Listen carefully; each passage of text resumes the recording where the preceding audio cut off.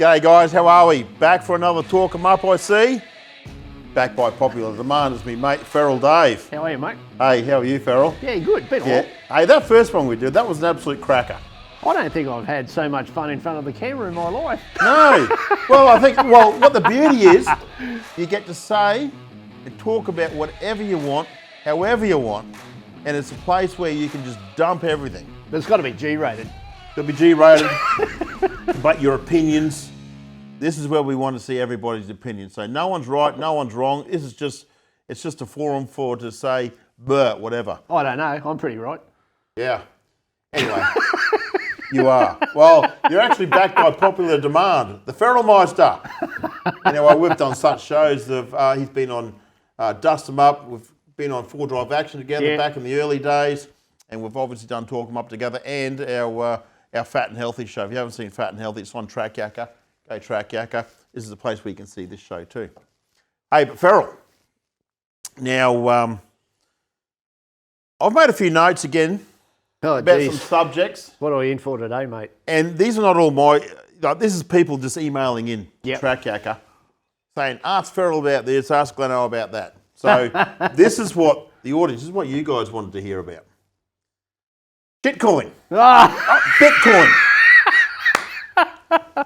Now, if any of you follow Feral on Facebook, that's Dave Challoner. If you don't, get on. It's actually, it's an absolute laugh a minute. The stuff, he does. Feral's the guy that pulls the pin out of the hand grenade and throws it under the table. And he just... Sits back with a bag of popcorn. Sits back with a bag of popcorn. He eats a lot of popcorn. Shut up. Bitcoin, shitcoin, yes. Whatever you want to call it. Yeah. Elon Musk, your mate. My mate? Well, you're an electro sort of a guy. Banging on about bloody electric vehicles and battery-powered houses and solars. And it's not too often that you get to see the birth of a new industry these days, and especially when you're sort of talking about car manufacturers, because most of the car manufacturers like Ford, General Motors, Chrysler, they're all what they call legacy auto manufacturers. So they've been at the family, whoever it was that started like Ford for like 100 plus years. So this is, a pretty exciting one. And when you sort of look at too the birth of the Ford EV pickup wagon that's coming out as well, he is a bit of a pioneer, for want of a better word. Was he the first? Do EVs? Yeah. No, EVs have been around. I think it was even like back in might have been the 30s or the 40s, the 1930s or 40s, that electric vehicles, like coming up 100 years ago, electric vehicles actually outnumbered internal combustion engine cars back then. And we all know how that turned out. I think the oil companies got involved, and here we are. Everybody's got diesels and petrols, and that's another point. Yeah. Oil companies. Oil companies have sort of kept electric vehicles at a low for a long time, right? Because the technology's been there. Under the thumb. Under the thumb. Just here, pay you off. Hang on, we were talking about Bitcoin. That's my fault. We'll get back to Bitcoin. This is the panel. We just talk shit. This is how it goes. We're good. So the oil companies reportedly. Yeah. So I'm an outsider. I don't get on the inside of any of this stuff. I'm just a bloke that goes along my way, goes camping, goes forward driving, spend time with my wife and my kids, and have some fun, right? Yeah. And you hear all this noise on the news. I don't watch the news. That's a good thing. I hear about the news through your Facebook page. Pretty much. Yep. Yeah. At 6 p.m. every night, I tune into feral.com. But the oil companies, is it true? The oil companies have squashed a lot of this for many, many years. The technology of solar panels, electric vehicles, because obviously oil companies pretty much run the industry, right? Pretty much. I mean, you also too, I think I don't know what it is like in the United States, but in Australia, you've got fuel exide, which I think, don't quote me on this, but I think it's about 38.5 cents per litre that the government earns on diesel and unleaded. So they get this huge tax every litre of petrol that you buy. There's literally about a quarter, rough price is about a quarter of a litre. Sorry, a quarter of the price per litre goes straight to the government in fuel excise. So, but they go to road maintenance and all of that sort of stuff, so they tell us. But it's there was, I think back in the 60s or the 70s, there was a whole bunch of, a new style of EV that came out. I can't remember who it was, but I can see the shape of it. But the gist of it was that the manufacturer had ownership of these cars like a lease. You know how when you lease something, the actual leasing company owns it, not yourself. So you could not buy these electric vehicles. You had to lease them. And once the lease had expired, then they just grabbed them all back and crushed them all, apparently. But yeah, you could not actually buy them as a member of the public to do whatever you wanted with. So that is a way of a car manufacturer sort of, under the thumb, keeping the, they've got to be seen to be doing something. Yeah. But now Elon's come along and just done it, and now all the other manufacturers, he's basically forcing their hand. Porsche's come out with one, the new Mercedes. They've all got one. BMW, Toyota. Kia, I hear, or Hyundai. Yeah, Kia Kona. Is it the Kia Kona? Hyundai Kona, whichever one it is. Is that a Toyota? No. It's either a Kia. Don't know it then. But it's a full electric. Most people's first dipping the toe in the water with electric would have been the Prius, the Toyota. So you got the hybrid. Now you've got the Camry. It's a hybrid. The RAV4, the SUV's one now. And I think I remember reading something about a couple of years ago that I think Toyota said they were going to come out and offer a hybrid and a straight EV in every model by 2025. Whether or not that's going to come to fruition or not, I don't know. Well, I did hear the new 300 series petrol. Yep. Not the launch model, but the model after. Yep. Is noise about it being hybrid. Straight EV option or a hybrid, hybrid. I think. Yeah, okay. Time will tell. Yeah. But that's what I heard. Yeah. There's pros and cons for hybrids as well. When you look at the Tesla and the EV, you've literally got any sort of EV for that matter, you've only got one drivetrain. You've got a motor, your batteries, and that's it. With a hybrid, you've got your internal combustion engine still, your gearbox and your batteries and all that sort of stuff. So you're operating two drivetrains. So you're still up for the maintenance and the higher costs of a internal combustion engine vehicle and everything that goes along with it. But it's I can see benefits in it. Like if you're a cab or something like that, when you're actually, because battery technology is advancing really, really well. But if you're in the car all the time using it as a taxi, there's a benefit there for it. Yeah. So you've got hydrogen coming in at the moment as well. Me personally, from what I've been reading, I don't think you'll see hydrogen in passenger vehicles, but due to energy density and carrying it, I think there's going to be an application for heavy haulage, like tractors, shipping, like big ships, trucks, maybe airplanes, something like that. Because you just pull up to a garden hose and fill your tank up. Yeah, sort of. So you make your own hydrogen, which goes through turbines and which creates energy. If you're going to make hydrogen, you've got to either have all the gear on board, which is massive. You've got to have compressors and all of that sort of stuff.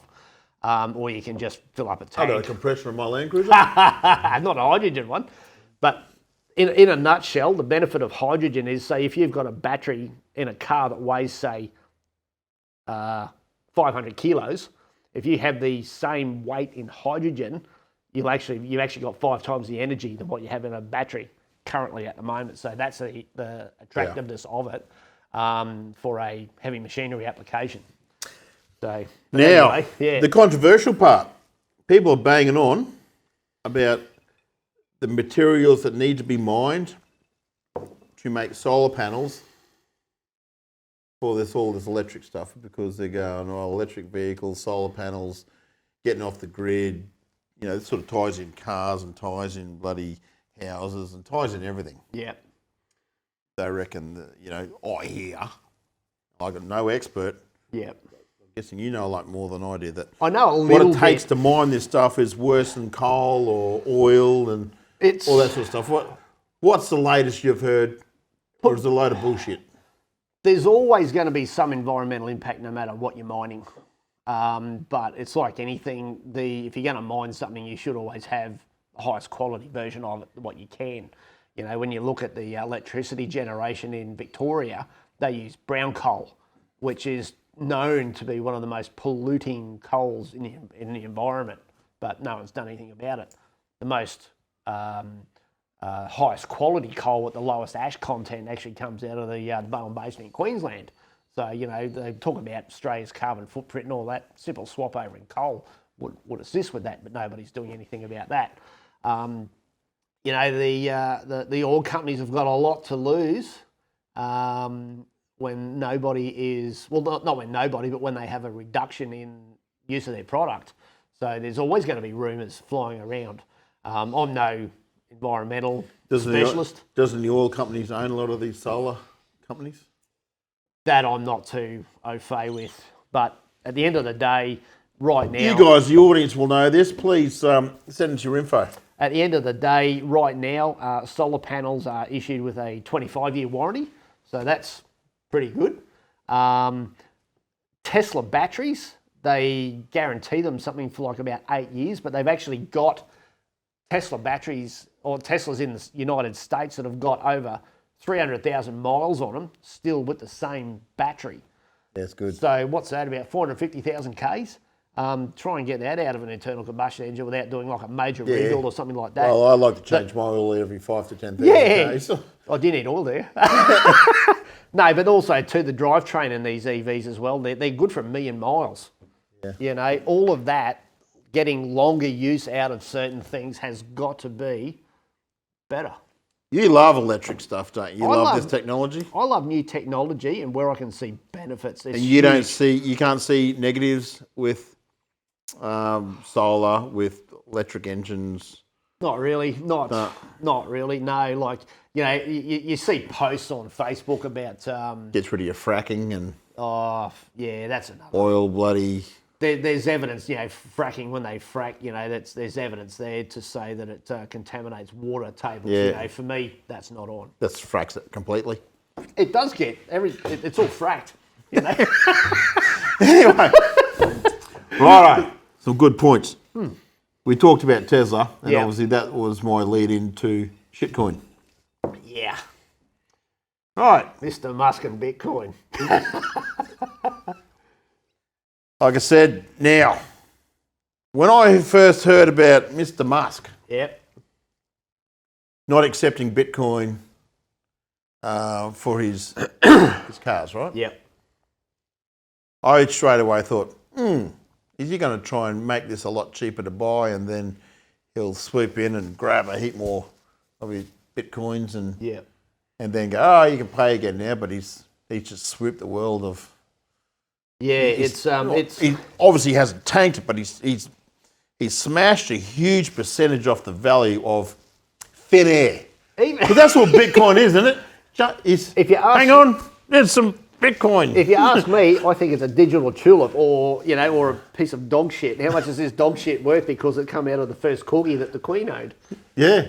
What is it? Well, they might want to filter their coffee through it and make a special coffee. You've heard about the cat shit one. No, I've heard about dog shit coin. No, the coffee. Campy Luwak. I don't know what it's called, but they charge like $100 or something for a cup, and it's filtered through intestines of a... I don't know about that one, but if you've ever seen... We're getting off track, but that's okay. Yeah, that film with Jack Nicholson. Just blame me mate, Johnny. Naughty. Yes. That film with Jack Nicholson, Campy Luwak, where they actually... apparently there's some cat in... Yeah, it's actually some wild cat or something, or a monkey or something in Africa that eats it and they defecate, and then they filter it. Yeah. Filter it there. $100 a cup or something. I was watching Step Brothers last night. Remember the scene where he had to lick the white dog turd? That's what. I don't think I've seen that. You haven't seen that movie? If I have, I don't remember it. Anyway. Bitcoin. Your thoughts on Bitcoin? A lot of people got into it, obviously. Yeah. The value's just ramped up. Some people, can you treat it like any other stock? Put it this way. A lot of people do, buying and selling. People say it's a currency, and then they say it's a store of value, but... What's the difference? Currency is something you can pay something with. Yeah, so it's tangible. Yeah, well, it's tangible in binary code in Cyberland. But, you know, you can't get access to that currency without the internet or without a password. As opposed to having cash in your wallet or credit card or a debit card or whatever. But, yeah, it's this new thing that's been created. I'm still... Do I see a use for it? Not right now. You know, all the youngies are sort of getting onto it. Are we old? Are we beyond the times? No, I just think we're wise. Okay. You know, you can... it's easy to sniff bullshit out the older you get, don't you reckon? Yeah. Yeah. And we don't become as... I'm up for new technology, as I said, you know, with solar panels and batteries and all that. I can see it. Crypto, can't see it. No. Like I said, I just don't get it. Maybe I should do... I'll wait for my kids. They'll tell me all about it when they... It's a zero-sum game in my opinion. Yeah, it's like, how can you... They're doing it. It's happening, so you can charge for nothing. Yeah. You get a value on nothing and make something on nothing. Remember the tulip bulb thing in 1673? Yeah. The Great Depression, that was actually caused by margin lending, buying margin shares. lended. Yeah. There's all these bubbles and crashes. People just can't help themselves. Absolutely. Greed, easy money. That's what actually attracts to it. And when you actually look at the marketing, what happened behind Bitcoin and the stealing of and the hackings of currencies cryptocurrencies and all that in Japan and China and all that, you've got countries out there now, India, completely banning cryptocurrencies. China's banning mining of Bitcoin now. I think Turkey's pretty much squashed it. Venezuela. Is that because they can't tax it? It could be. Who knows? I guess that's why they would do it, right? There's a lot of criminal activity. Because otherwise they'd shut down TABs. Yeah. Well, that's legalised. Casinos, lotteries and stuff like that, you know. There's a lot of negative criminality, money laundering and crime all associated with a lot of crypto as well. Okay. Bitcoin, no for you. Nah. Any crypto. Have no idea. Elon Musk and Tesla, you say, yeah, good thing. Yeah. I say, yeah, bring it on. He's a bit of a pioneer and he's getting the other manufacturers to lift their game. So is he a shithead? I don't know him personally. No, but from how you perceive him on all the media and everything like that, is he a good guy? Is he a shit stirrer? He's very eccentric, and most out there sort of people are like that to a certain degree, and that's why they come up with things that nobody else does, and then everybody sort of cottons onto it later on in life. So, you know, everybody needs people like that, I think. We should invite him on a trip, see what he's like. Yeah. See if we can get him to bring one of his cyber trucks and put a set of 35. Actually, they come out standard with 35s. Next subject. The Ford F-150 Lightning. I saw a YouTube clip on that the other week, and I am in love. I am not a Ford fan, but it's great to see a manufacturer come out and release it. Do you reckon we'll see it in Australia? Yeah, I do. Yep, I reckon I'll be lining up. I will order one of those. Yeah, it's... If you haven't seen it, look up YouTube, look up the Ford F-150 Lightning. Fantastic release video they've done on it. It's got a range now, I think, of about 450 kilometres. Don't need a dual battery system. Oh, It's got power points, it's got inverters in it, it's got... 420 kilowatt motor. 420 kilowatt motor. How good is that? What was the range on the thing? About 450 kilometres roughly. It's all on the video, but yeah, about 450 kilometres. Yeah.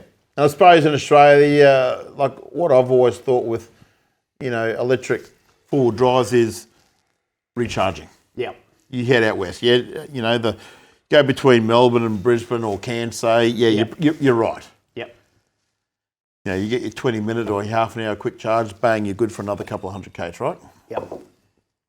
But you start heading to Uluru or, the Cape, things like that. It's like, what are we going to do? Just take out Jenny. Defeats the purpose. Yeah, well, that's all right. But is that any different from taking jerry cans in the back of your four-wheel drive? No. When you go out to Birdsville or in a Minka or wherever you go, you plan your trip and your fuel stops, don't you? Yeah.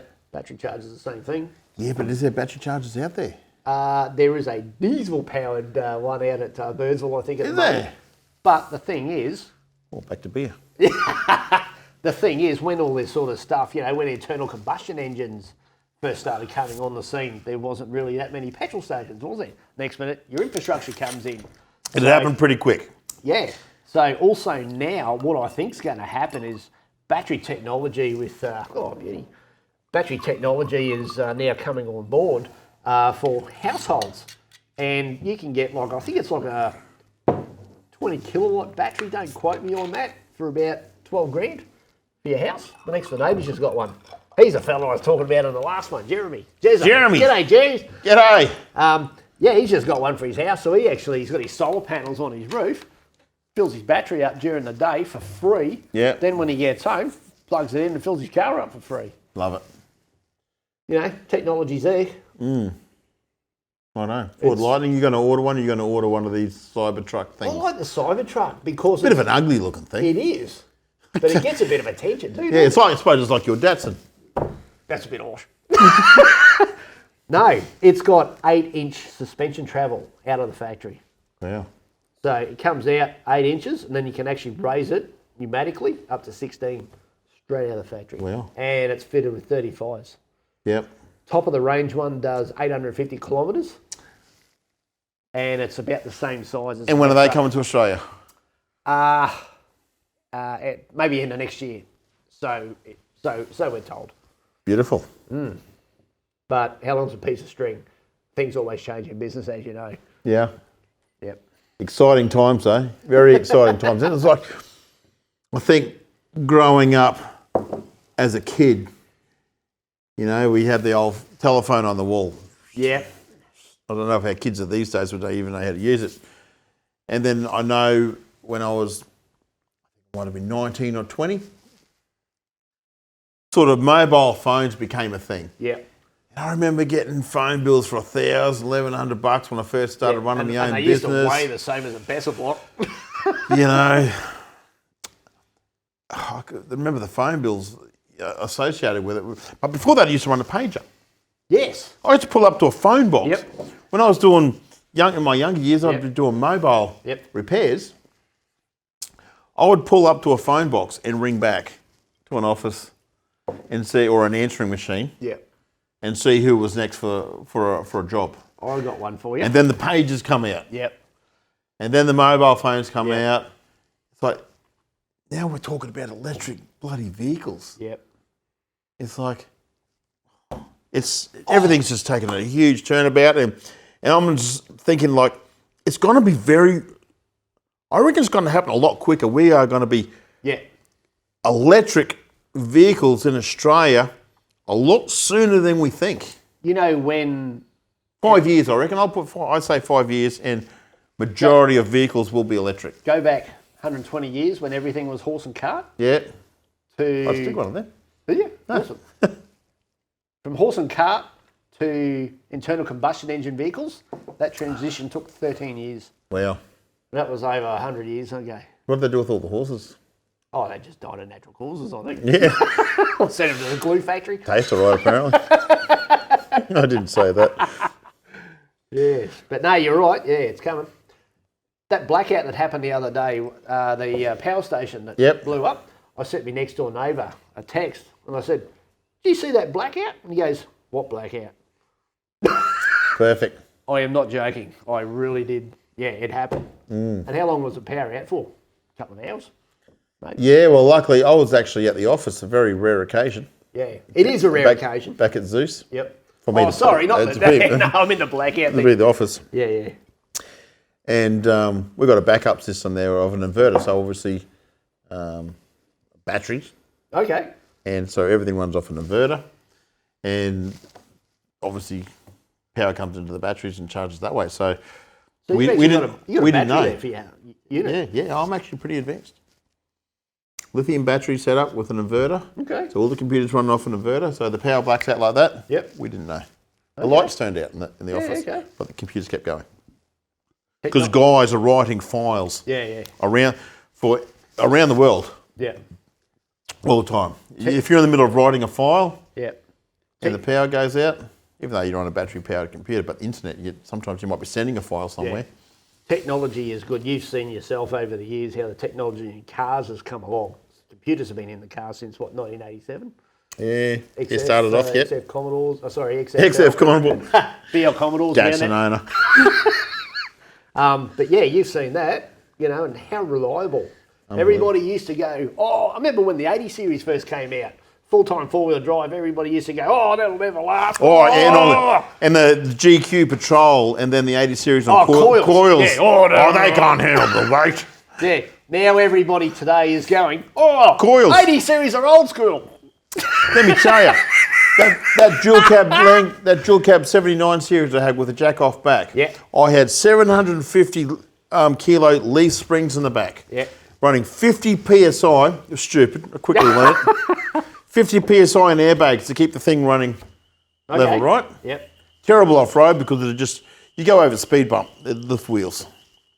Yeah. I put the coil conversion into it. Yep. 300 kilo coil springs. 20 psi in the airbags. The coils ride so much better. They have a better load carrying capabilities than leaf springs any day. Leaf springs, yeah, cool, but yeah, you cannot beat. In my personal opinion, and I've done it, coils all the way. But at the end of the day, it all comes down to technology. Absolutely. Technology advances and stuff gets easier and cheaper. I remember the first time I took the 200 series to the Cape. Yeah, I was cheaper than everything's electronic. Computers are totally sealed on those things. 100% sealed. Electric motors and electric gearboxes in the Teslas, sealed. Sealed. You know, people don't understand sealing. Like, even back in the days, it's like going through all the creeks up the Cape York, bloody water halfway up windscreens and bloody Tasmania through the Balfours, and the 200 just kept charging. Just kept going and going and going. There's videos on YouTube of a Model X, which is like the SUV Tesla, going through water just over the top of the tyres. Just charging on through. It's like, whatever. Technology. Yep. I've got a question for you. Back in the Roo Systems days, you started out on the chips. You're one of the first ones to go, here's some extra power. This is how we do it and program it. Then you saw how things were evolving, and then you went into flash tuning. I think you were one of the first ones to, well, maybe not the first, but wasn't the first. There was a few guys in Australia that were dabbling in it. Yeah. But I certainly would like to think that you were in the front pack. We put a huge marketing behind it, and we really, at that one stage, I had 123, I think it was, dealers around the country. We brought the name. Coming back to EVs, and you can sort of see where I'm going with this, but is there opportunities? Obviously, there's always opportunities, but because of your chips and your flash tune, and you can see these sort of things happening, can you see? Like, I mean, I'm pretty biased with EVs, but I mean, as a somebody who is a traditional diesel Toyota person, can you see where that's going? You've got that foresight in the past with the chips and all that. Yeah, absolutely. And the research and the testing has already been happening. Okay. You know, it's not as simple as just jamming more amperage into a electric engine and this away is all you go. above my pay grade, mate. Because you can imagine, because if you could jam an X amount of amps into the new Porsche, equivalent, let's say 700 horsepower. Jeez. The new Porsche electric, full electric vehicle, right? Yep. Could you imagine if you gave that full 700 horsepower at 0 kilometres an hour and you stomped on it? It's got to be regulated through the rev range. Yeah, okay. You'd just snapping wheels, studs, and you'd just blow shit to pieces. You'd kill yourself. Your drive shafts have only got so much tensile strength in them, so Correct. they need to protect them. Your uni joints, if you've got uni joints. And so you got to program it through through, we call it rev range, it's a revolution of an engine. Yeah. But you got to regulate it through speed, I suppose, and time with. So you've been having a bit of a dabble in that, or you've just been doing a bit of research? A bit of research, and obviously, because we're Alien Tech Australia, we do, we're not at the moment with COVID, but we're always in Italy. We're working on new stuff. So it's pretty exciting space. It's happening. Yeah. Look, when Alien Tech in Italy, the world leaders in in computer programming. Yeah. Excited about the future of alien tech, knowing electric vehicles are bigger in Europe than they are everywhere else around the world. You got companies like We're in a good place. You got companies like Volvo and some other European ones committing to completely abolishing internal combustion engines and going full EV by certain dates. They're really advanced over there, eh? Absolutely. Yeah. Exciting times, And when mate. the owner of Alien Tech, I've been in his electric vehicle, Okay. and he speaks highly of it, and they're developing. Tell me, what's he got? I'll give you a photo. Okay. Yeah, it's a blue one. It's not a take-hand. It's a model we don't get here in Australia. Okay. Yep. That's good. Yep. All right, last thing, Feral, we're going to finish this off. It's been a fantastic chat. I always learn so much from you. We've got something else to say. I need a wee. No, you can wait. We already had our pee break. We went from there to there. Oh, it's a bit odd. Controversial question. Dishwashers. Dishwashers? Like that thing over there. Knives down, forks down, or forks up in the cutlery tray? Up. Up. Why? Because it's not concealed by a little cage thing. The thing that you put in your mouth has got room for the jets and all that stuff to get in there. So what about when you go to empty that dishwasher? How do you grab your knives and forks that are poking up? I usually grab it by the tray, which has got a handle, and I pull the whole lot up. Okay. How do you pull the knives and forks out of there to put them away in the drawer? Well, I don't know about your dishwasher, but my dishwasher at home, say a knife is this long, the cage on it is about this long, so I grab it from the neck. You do actually do that? Absolutely. Analytical bloke, righto. Shut up. Where I think they should go down. Why? Because you can grab the handles when they're finished. But are they clean? 100%. Depending on the dishwasher. Okay. Because most, they got the big arm that spits the water out the Yeah. It's on the bottom. You can't go past European dishwashers. Comes from the bottom. Sprays up. European dishwashers. Asco, Miele, Bosch. Yeah. What's that one there? I've got to put my glasses on. That's Bosch! It is. Yeah. High down. five. But if you Don't don't... leave me hanging. Okay, I'm a down bloke, you're an up bloke. I want to hear more from you guys. Dishwashers, knives and forks, down or up? I want to know your reasoning. Well done, Feral. Thanks for having me, mate. We've got another two of these bottles to go yet. And a bottle of Lafroy. It's a good, these are good afternoons. Raining this morning. Sunshine this afternoon. I bought some timber for a campfire, mate. You did. It's, it's 4:30. Let's get it cranking. Thanks for joining us on another episode of TorqueMUp. My mate Feral Dave. He's good to have along. He's controversial, but he is actually... Educated controversial. Can you put your fingers in your ears for a second? He's actually quite intelligent. You can take him out now. Yeah.